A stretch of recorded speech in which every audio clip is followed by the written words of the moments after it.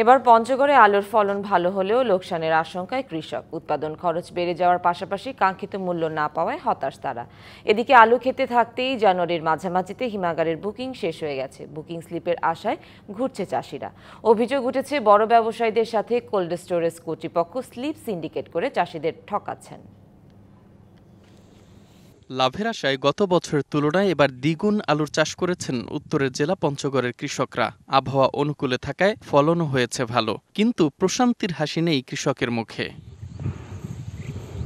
কৃষকরা জানান, উচ্চমূল্যে বীজ কেনার পাশাপাশি সার ও কীটনাশক সহ বেড়েছে শ্রমিকের মজুরি, অথচ কেজিতে মাত্র 10 থেকে 15 টাকায় আলু বিক্রি হচ্ছে। এতে উৎপাদন খরচ উঠানোই দায়। 12 বিঘা আলু করেছি, 1 বিঘা ভুঁইতে আমার হিসাব করে দেখতেছি 45,000 টাকা খরচ। আর আলুর তো বর্তমান বাজার তো পর্যন্ত 10 টাকা, 12 টাকা, 13 টাকা, 15 টাকা বলতেছি। একদিকে দাম কমে যাওয়া, অন্যদিকে কোল্ড স্টোরেজে মজুতের অনিশ্চয়তা সহ নানা কারণে দিশেহারা কৃষকরা। আছে তাদের অভিযোগও, পলাস্টার তো জায়গা নাই।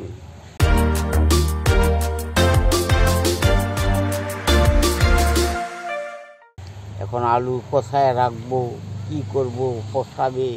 জেলায় 2টি সরকারি ও 8টি ব্যক্তিগত সহ 10টি হিমাগারে আলু সংরক্ষণের ধারণ ক্ষমতা প্রায় 54,150 মেট্রিক টন। এবার আলু সম্ভাব্য উৎপাদন ধরা হয়েছে প্রায় 3,37,000 টন। সিন্ডিকেটের বিষয়টি অস্বীকার করেছে কোল্ড স্টোরেজ কর্তৃপক্ষ।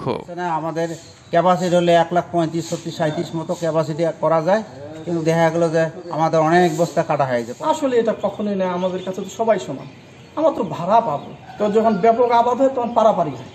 সমস্যা সমাধানে বিশেষায়িত হিমাগার নির্মাণের কথা ভাবছে সরকার, এমনটাই জানিয়েছেন কৃষি কর্মকর্তা। আমাদের এখানে 9টি কোল্ড স্টোরেজ আছে। এই 9টি কোল্ড স্টোরেজে আমাদের চাষিরা এই আলু তারা সংরক্ষণ করতে পারেন। এছাড়াও আগামীতে আমরা চাচ্ছি যে আমাদের এই অঞ্চলে আমাদের স্পেশালাইজড কোল্ড স্টোরেজে মজুদ থাকবে।